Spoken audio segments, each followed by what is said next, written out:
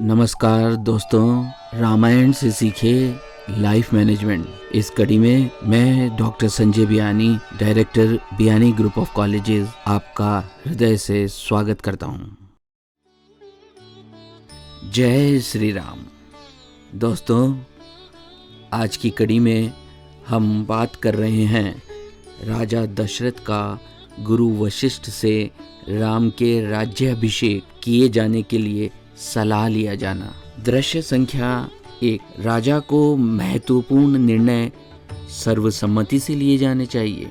इस दृश्य में महाराज दशरथ गुरु वशिष्ठ के पास राम को राज्य सौंपने के बारे में सलाह लेने आते हैं। वे कहते हैं, राम अब हर प्रकार से योग्य हो गए हैं। सेवक, मंत्रीगण, नगर निवासी, यहाँ तक कि शत्रु भी उनका आदर करते हैं। वह प्रजा के प्रिय हैं, इसलिए मैं राज्य का भार उसे सौंपना चाहता हूँ। इस पर गुरु वशिष्ठ कहते हैं, आपकी बात से मुझे अपार आनंद प्राप्त हुआ है। आपका प्रस्ताव अति उत्तम है। आगे वो कहते हैं, आपको एक राज्यसभा का आयोजन करना चाहिए। उसमें उप प्रदेशों के सामंत, राजाओं, समस्त मंत्रियों, अधिकारियों और प्रजा के प्रमुख लोगों को बुलाकर उनकी स्वीकृति ली जानी चाहिए, ताकि सर्वसम्मति से राम को राजा घोषित किया जा सके। इससे हमें ये सीख मिलती है कि एक कुशल राजा को सर्वसम्मति से राजकाज किया जाना चाहिए। ऐसा करने से राज्य में रहने वाले अधिकतम लोगों को सुख व शांति प्रदान की जा सकती है। हमारा देश प्रजातंत्र पर आधारित है।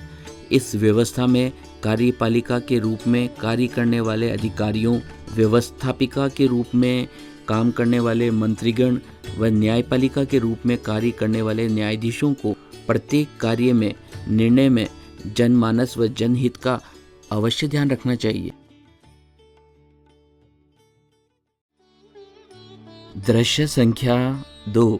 गृहस्थ आश्रम के पश्चात मुक्ति का प्रयास करें। इस दृश्य में महाराज दशरथ राम के राज्याभिषेक के लिए एक राज्यसभा का आयोजन कराते हैं। वहाँ पर उपस्थित सभी जन उनकी बात पर अपनी स्वीकृति देते हैं। वे श्री राम के गुण को देखकर उन्हें अयोध्या के राजा बनाने की अपनी सहमति देते हैं। इस पर महाराज दशरथ राम को सभा में बुलाने का आदेश देते हैं। राम के आने पर वह उन्हें इस बात से अवगत कराते हैं, परंतु श्री राम राजा बनने के लिए मना कर देते हैं। वह अपने पिता के होते हुए राज्य पद ग्रहण करना उचित नहीं समझते। इस पर महाराज दशरथ कहते हैं, तुम अपने पिता के मोह में अपने पिता का हित ही भूल गए हो। वे कहते हैं, पुत्र पिता का मित्र भी होता है। इस पर श्री राम कहते हैं कि मैं सदैव आपके कल्याण की कामना करता हूँ। आगे गुरु वशिष्ठ कहते हैं, इस संसार में 4 पुरुषार्थ होते हैं, धर्म, अर्थ, काम और मोक्ष। वीर पुरुष अपने धर्म, अर्थ और काम जैसे पुरुषार्थ पूरा करने के पश्चात मोक्ष प्राप्ति के लिए प्रयास करते हैं। यह तभी संभव होता है जब वे राजा की जिम्मेदारी अपने ज्येष्ठ पुत्र को दें। इससे हमें ये सीखने को मिलता है कि हर मानव को शास्त्र में बताए अनुसार धर्म का आचरण करते हुए अर्थ उपार्जन करना चाहिए। ऐसे अर्थ द्वारा अपनी कामनाओं की पूर्ति के पश्चात अपने गृहस्थ आश्रम के बाद मोक्ष प्राप्ति के लिए साधना करनी चाहिए। इसी से मुक्ति संभव है। आशा है आपको आज की यह कड़ी जरूर पसंद आई होगी। हम फिर मिलेंगे, बात करेंगे प्रेम, स्नेह व सम्मान के साथ। आपका अपना life coach doctor Sanjay Biyani.